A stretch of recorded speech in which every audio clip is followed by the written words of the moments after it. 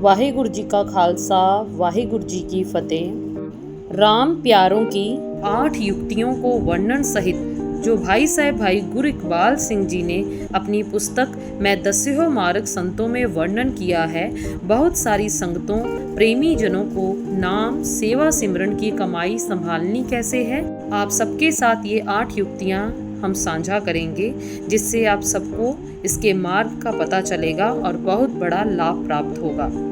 भाई साहब भाई गुरु इकबाल सिंह जी द्वारा मैं दस्यो मार्ग संतों में गुरु मिलाप के लिए 7वीं युक्ति का दूसरा भाग श्रवण करते हैं। भाई साहब जी कहते हैं कि कुछ समय हुआ, एक औरत लुधियाना से आई, सत्संगिनी थी। कहने लगी, हमारे घर में कोई धार्मिक पुस्तक नहीं। दास ने उसी समय 2 पुस्तकें बाबा नंद सिंह के जीवन की, 2 गुरु इतिहास की दे दी। मन में शुक्र किया कि वाहिगुरु ने मोहर की है, जो धार्मिक पुस्तकें पढ़ने का उत्साह जागृत हुआ है। वह औरत स्वाभाविक 4-5 दिन पश्चात फिर आई, कहती, मुझे और पुस्तकें दीजिए। दास ने कहा, 4-5 दिन हुए तो आपको दी तो थी। वह कहने लगी, वो तो मैंने पढ़ ली है। दास ने विनती की कि यह कोई प्रतियोगिता नहीं कि 2 दिन में किताब पढ़कर समाप्त करनी है। अगर इस प्रकार फटाफट धार्मिक पुस्तक सिर्फ पढ़े ही जाएं, तो यह पढ़ गड़ी लद्दिए वाली बात हो जाएगी। कोई भी धार्मिक पुस्तक पढ़ो, उसकी एक एक साखी को कई बार पढ़कर उससे शिक्षा लेनी चाहिए, उसके अनुसार अपने जीवन को ढालना है। साधक बंदे के लिए यह बहुत आवश्यक है। क्या क्या पढ़ना है, इस चीज का ध्यान रखें। आंखें एक और भी कार्य करती है, वह है देखना। जब परिवार में बैठकर हम टीवी देखते हैं तो जितने भी पुण्य किए होते हैं वे जलने आरंभ हो जाते हैं। झूठे रंग तमाशे, टीवी पर सीरियल देखने, पिक्चरें देखनी, यह पुण्य गंवाने का मार्ग है। इनमें मन बाहर भटकता है। किसी ने दास को प्रश्न किया कि फिल्में देखने की क्या हानि है। जब आप जपजी साहब सुखमनी साहब को पढ़ने के लिए बैठे होंगे, वही सीन आपके सामने आएंगे जो आपको गुरु नानक के चरणों से तोड़ देंगे। आँखों को वही चीज दिखाओ जिससे गुरु नानक ही याद आए। कोई दुर्लभ ही होगा जिसने टीवी को माथा टेका होगा। दोष टीवी का नहीं, लेकिन साधक बंदे ने यह ध्यान रखना है कि टीवी पर कौन से प्रोग्राम देखने हैं। महापुरुष वचन करते थे कि प्याले का दोष नहीं, लेकिन प्याले में पीना क्या है, दूध या जहर, यह पीने वाले ने सोचना है। टीवी पर महापुरुषों के भजन भी आते हैं, कीर्तन के प्रोग्राम भी आते हैं, और जो धार्मिक प्रोग्राम आते हैं वे देखो। कहीं ऐसा ना हो कि 1 पाठ 2 पाठ सुखमनी साहब के किए और 2 घंटे दूसरे प्रोग्राम देखे। जितना भी बर्तन भरा हुआ था खाली। दास एक दिन शहीदा साहब बैठा था। एक औरत 100 का नोट और पर्ची मेरी झोली में रख गई। दास ने अपनी जो हाजिरी भरनी थी भरकर पर्ची पढ़ी तो उसमें लिखा था कि हमने नया टीवी खरीदा है रंगदार, अरदास कर दीजिए। पहले तो मुझे बहुत क्रोध आया कि टीवी की अरदास करूं कि यह ठीक ठाक चले और यह भी जी भर के देखे। लेकिन मुझे अगली बात बहुत पसंद आई। वह क्या थी कि हमने 1100 पाठ जपजी साहब के किए हैं, टीवी लाया है। हमारी यह अरदास कर दीजिए कि हम टीवी में अच्छी चीज़ें अमृत जैसी देखें, दूसरी किसी चीज़ के दास ना बन जाएं। जब मनुष्य धार्मिक प्रोग्राम देखकर उसमें घंटा 2 घंटे समय बिताएगा तो यह भी हौसला रहता है कि मेरी आँखों ने कुछ देख लिया है, और इस प्रकार रहे भी गुरु नानक के पहरे में। बाबा जी के वचन हैं कि यह जो दूसरे रंग तमाशे हैं ये नरकों को मुंह दिखाते हैं, और गुरु नानक के घर के धार्मिक सीरियल सचखंड में स्थान दिलवाते हैं। बीते समय में बाबा दीप सिंह कॉलोनी किसी के घर पाठों की लड़ियां चल रही थी। दास ने पूछा, रोलों की कोई कठिनाई तो नहीं आई? उन्होंने कहा कि 1 बजे से लेकर 3 बजे तक बड़ी कठिनाई आई। शेष समय इतनी रोल रही कि पूछो कुछ ना। इसका कारण क्या था कि उस टाइम पर जो सीरियल आते हैं वे हमने अवश्य देखने होते हैं, वे नहीं छोड़ सकते।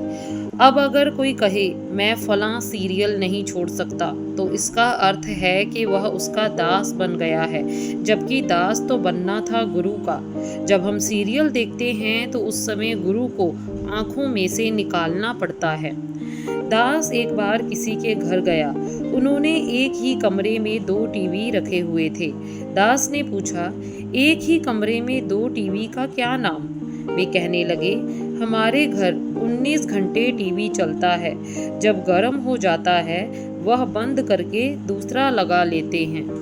आप ही अनुमान लगा लीजिए कि जिस घर में 24 घंटों में 19 घंटे टीवी चलता है वहाँ तो घोर कलयुग है, बाढ़ आई हुई है, 70-60 चैनल चल रहे हैं।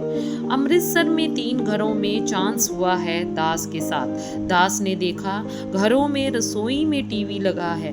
दास ने पूछा, रसोई में टीवी क्यों? वे कहते, कमरे में टीवी पर सीरियल देख रहे होते हैं तो खाने का टाइम हो जाता है। अगर खाना बनाने चले जाएं तो रसोई में तो सीरियल का लिंक टूट जाता है, इसलिए हमने रसोई में ही लगवा लिया है।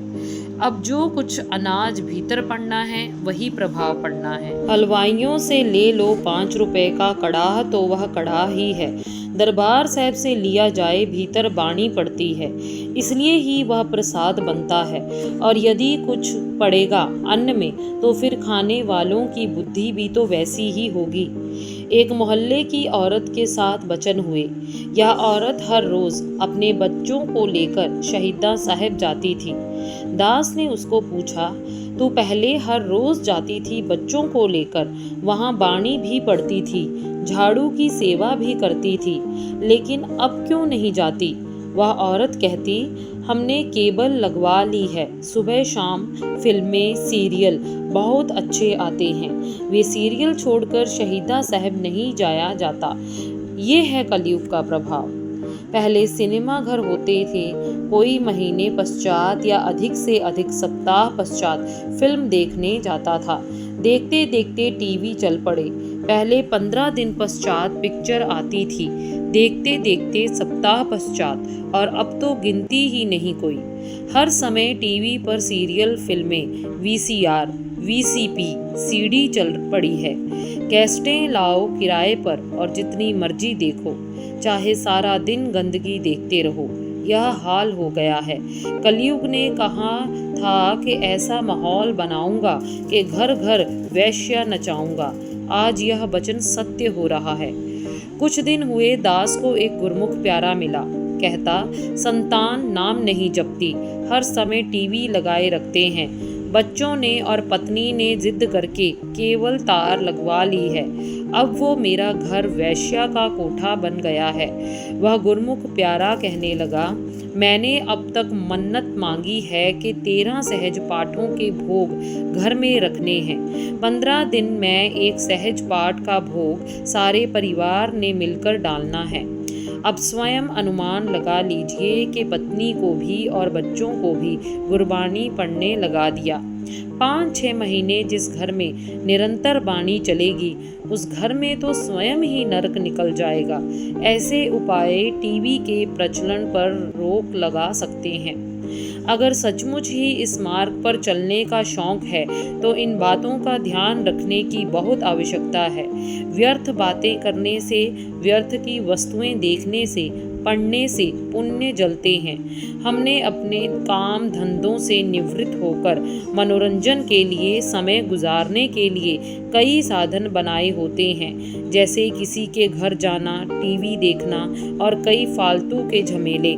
एक बात ध्यान में रखना, झमेले नहीं समाप्त होने, इंसान ने समाप्त हो जाना है। जीवन को किसी ढांचे में ढालकर चलाओ, जीवन सफल हो जाएगा। रंगे हुए सिक्खों के जीवन से दिशा लीजिए। भाई तिलका हुआ है गुरु अर्जन देव जी के समय। उसने अपने जीवन में एक रूटीन बनाई थी कि सुबह 2 बजे उठकर स्नान करके गुरु अर्जन देव जी के चरणों का ध्यान करके सिमरन में, नितनेम में जुड़ता था। 7-8 बजे चाय पानी लेकर फिर काम काज पर आ जाना।